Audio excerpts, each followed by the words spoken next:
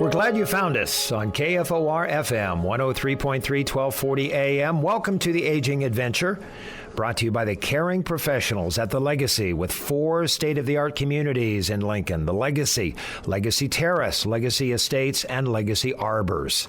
I'm Dale Johnson, joined by John Kopetsky of Legacy Terrace and longtime friend of Lincoln Seniors, Kathy Blythe, on the conversation today. Good morning to both of you.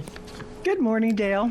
Good morning, Dale. All too often, seniors are targets of scams and schemes. This subject is so relevant today that we've called Jim Hegarty, President and CEO of the Better Business Bureau here in Nebraska, also in South Dakota and the Kansas Plains and Southwest Iowa, to be our expert for the entire conversation today with John and Kathy.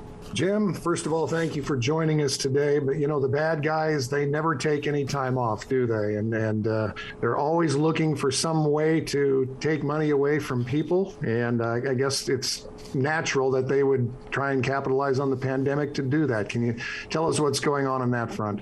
Well, first of all, thanks for the opportunity to jump on with you guys.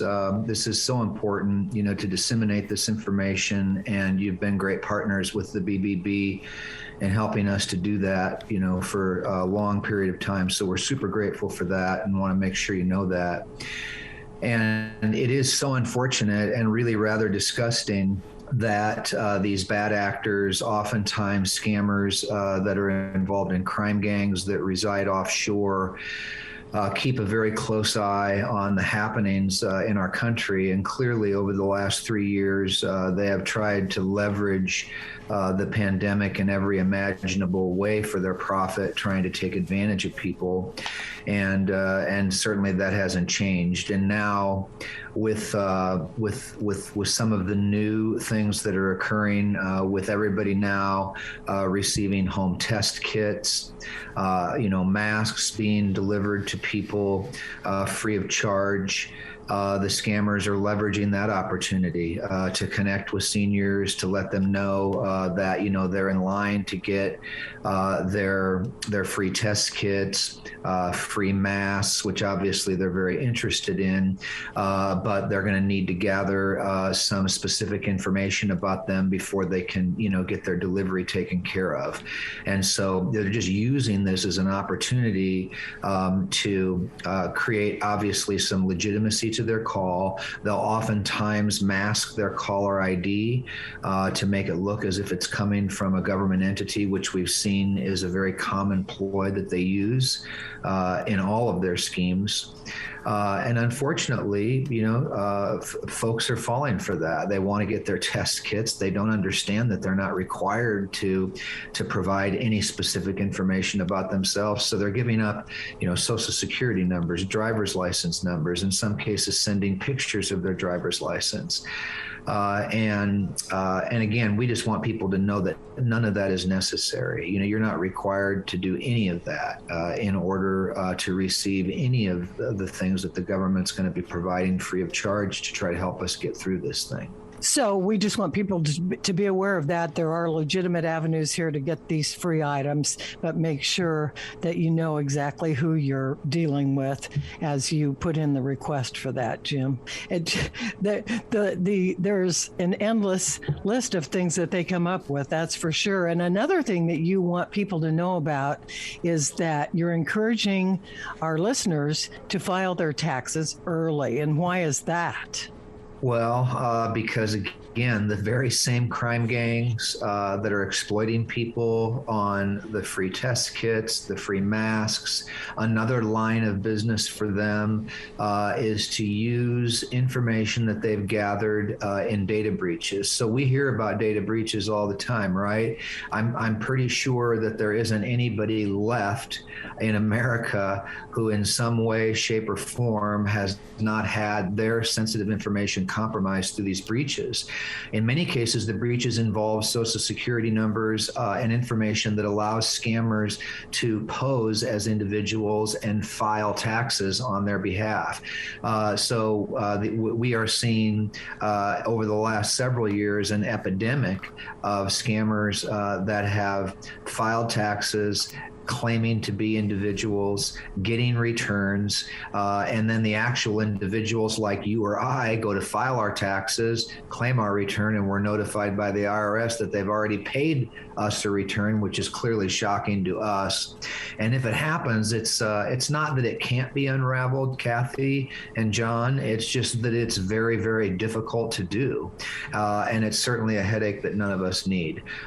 So we are encouraging people to be preemptive and to file their taxes as early as possible to avoid letting these guys beat us to the punch. Is the calling that people were going through, receiving bogus messages at their home from the IRS, is that still happening? They never call people, right? Yeah, it's slowed down. It certainly hasn't stopped. So we'll see it again like crazy.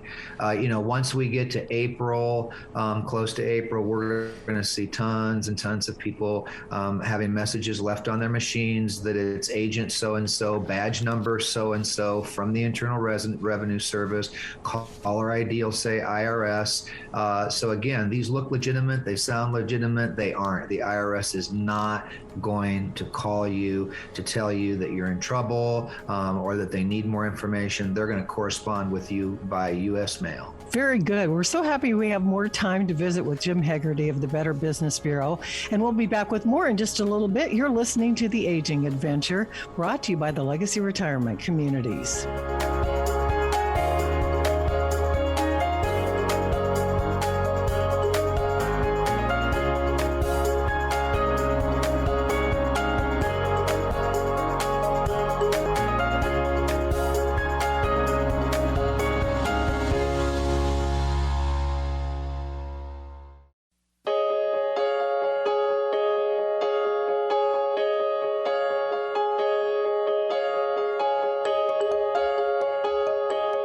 Thanks for staying with us on The Aging Adventure, brought to you by Legacy Communities. I'm Dale Johnson with John and Kathy. The more informed you are as a senior, the less likely you are to be victimized by scammers. Jim Hegarty is the expert today, president and CEO of the Better Business Bureau in Nebraska, South Dakota, the Kansas Plains, and Southwest Iowa. Jim, identity theft is such a huge issue for everybody, and being taken advantage of in a scam doesn't necessarily always mean somebody calling you on the phone. I mean, it can happen. Money can be taken from you electronically or without you ever conversing with somebody. What are some of the things that the red flags you should be aware of to see that maybe somebody is using your identity? Well, I think obviously, one thing you want to do is you want to access your free credit reports consistently. Now you can do all three of the major reporting entities on an annual basis. Or you can split it up like by quarter. So you could pull your TransUnion, your Equifax. You could do those, iteratively throughout the year. And obviously what you're looking for is just, any unusual activity. So, someone checking your credit from an entity that you didn't apply for a loan with, that you didn't seek credit through. Obviously, you want to, as well as monitoring your credit reports, you want to be monitoring all of your statements, very effectively and diligently. A lot of times, we'll get our statements from our credit card companies. We just pay the balance. We don't take the time to go through the charges with a fine-tooth comb. Watch your bank accounts pretty religiously. Just go through, look at the charges, make sure that there isn't anything unauthorized that you're not aware of.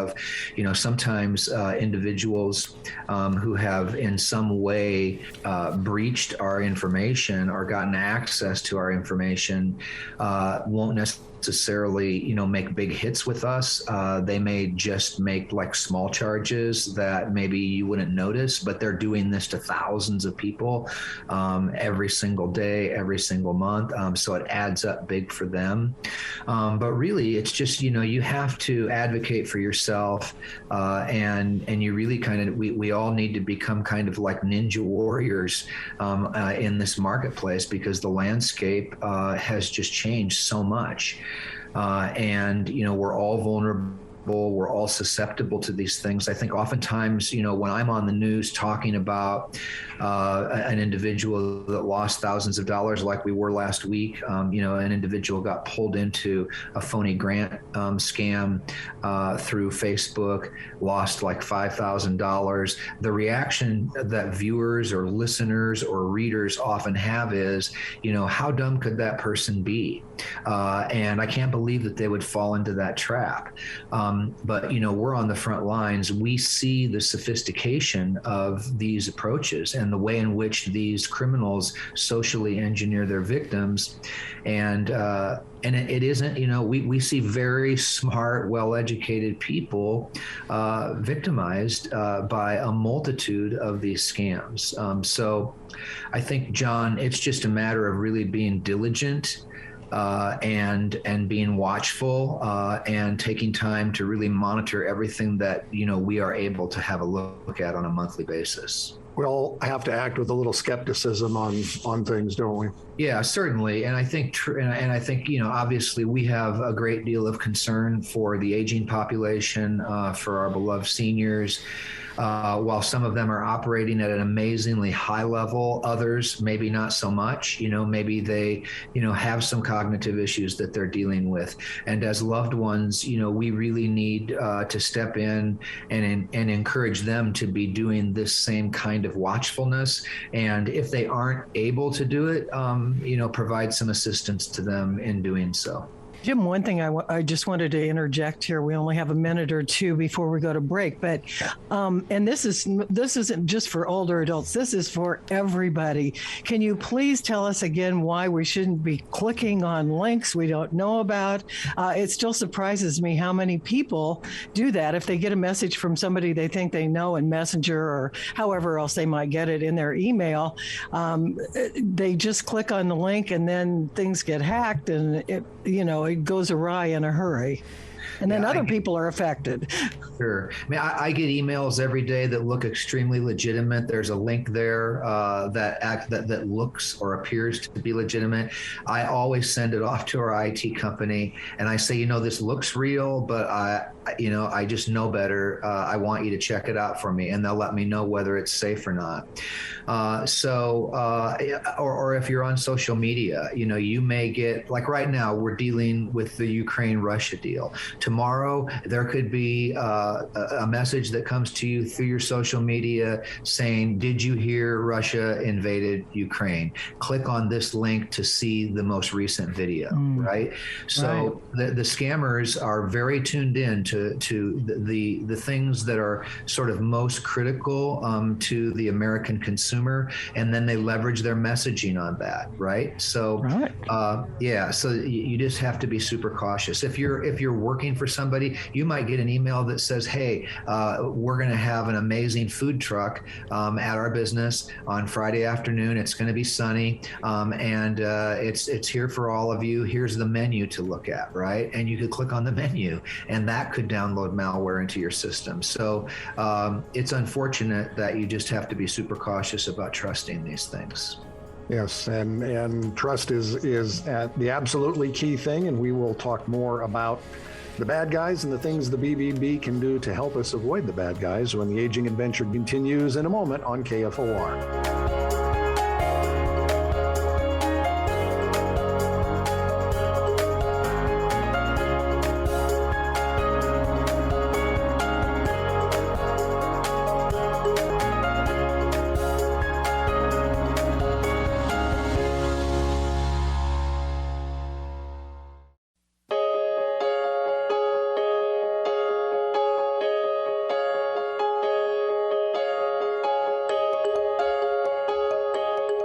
We're back on the Aging Adventure, brought to you by The Legacy. I'm Dale Johnson with John and Kathy.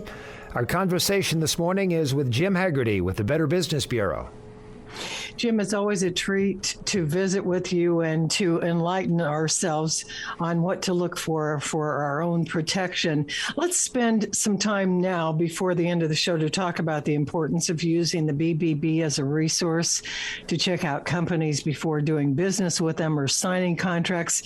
It is such an easy way to access the information you have, and yet time after time I hear of people getting duped or paying money ahead of time and then never getting the service. So give us your best spiel about the BBB. Well, I mean, we are sort of known for warning about scams, bad actors, a place where you can file complaints, but we're also, one of the largest resources of information on reliable businesses available to consumers in North America.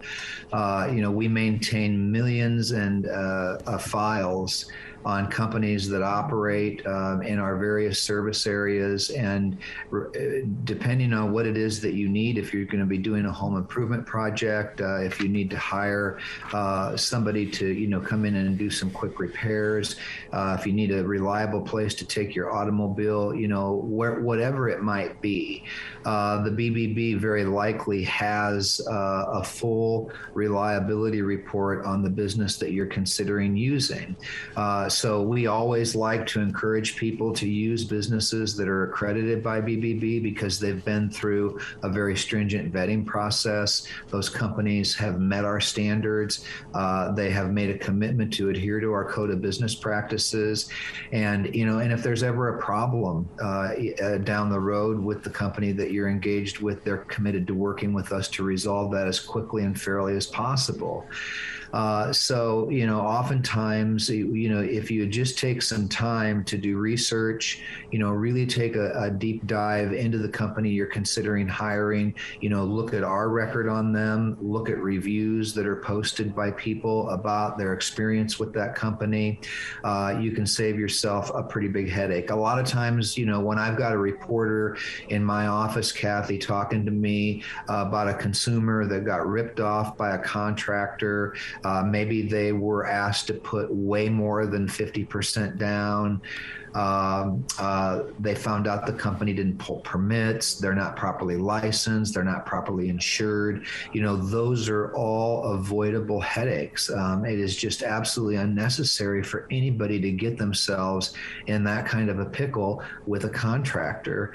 If they would just take the time, come to BBB, take a look at their track record, the way in which they've taken care of other people, and they can be assured if the company is accredited by BBB, we've checked their licensing. We've made sure that they're registered to do the kind of work that they claim that they're able to do. And again, there can always be problems, even with the best companies. The most reputable companies can occasionally have an issue, but our accredited businesses are committed to working quickly with their customers to resolve those issues right away. I haven't tried to access the BBB any other way but online in recent years, but I'm assuming you still have the phone option where they can put in the phone number of the business if they do not have internet access. Would that be correct, Jim? Yeah, you can actually still call the Better Business Bureau and talk to a human being. So it's very nice. Maybe that just isn't the way that you'd like to search is online. So if you want to reach out to us, call the Better Business Bureau. If you Google us, you're going to find our phone number and you'll get connected to what we call them first responders. So they're on the front lines and they're there to help people, help them search for businesses that they can trust, help them file complaints, help them report schemes or scams, just about anything that you can imagine. Jim, we have just a little bit of time left. I know we wanted to talk also about the upcoming Torch Awards for the BBB. That's always a great program to recognize ethical businesses. Yeah, we're excited. COVID has been challenging for all of us. And so we sort of had our awards program on hold for a couple of years, but we're live again. And we are just encouraging anybody out there that is aware of a business that you think deserves to be recognized for their outstanding commitment to business ethics, the way they take care of their customers. Maybe you've had an amazing experience somewhere and you're thinking, wow, this business should be recognized for that. Take a moment and go to bbb.org and nominate them. You'll find the link to our Integrity Awards section, and you can nominate. Or just call us, and we'll be happy to get you connected with the folks that can manage that for you. And additionally, we also give scholarships to high school students. And if you're aware of like an amazing high school senior that you think is worthy of one of our Student of Integrity scholarships, make us aware of it, tell them about it, nominate them. We'd love to have them apply for a scholarship. Excellent. Time with you always goes so fast, Jim. Thank you so much for being with us today. And we're so happy that the BBB exists, and also happy that you're still there. Thank you. John, where do listeners go for more information about the legacy communities? You can visit legacyretirement.com or give us a call at 402-436-3000. And Kathy, we'll talk next week. Have a good week. Join us every Saturday morning for the Aging Adventure, brought to you by the Legacy Retirement Communities. I'm Dale Johnson.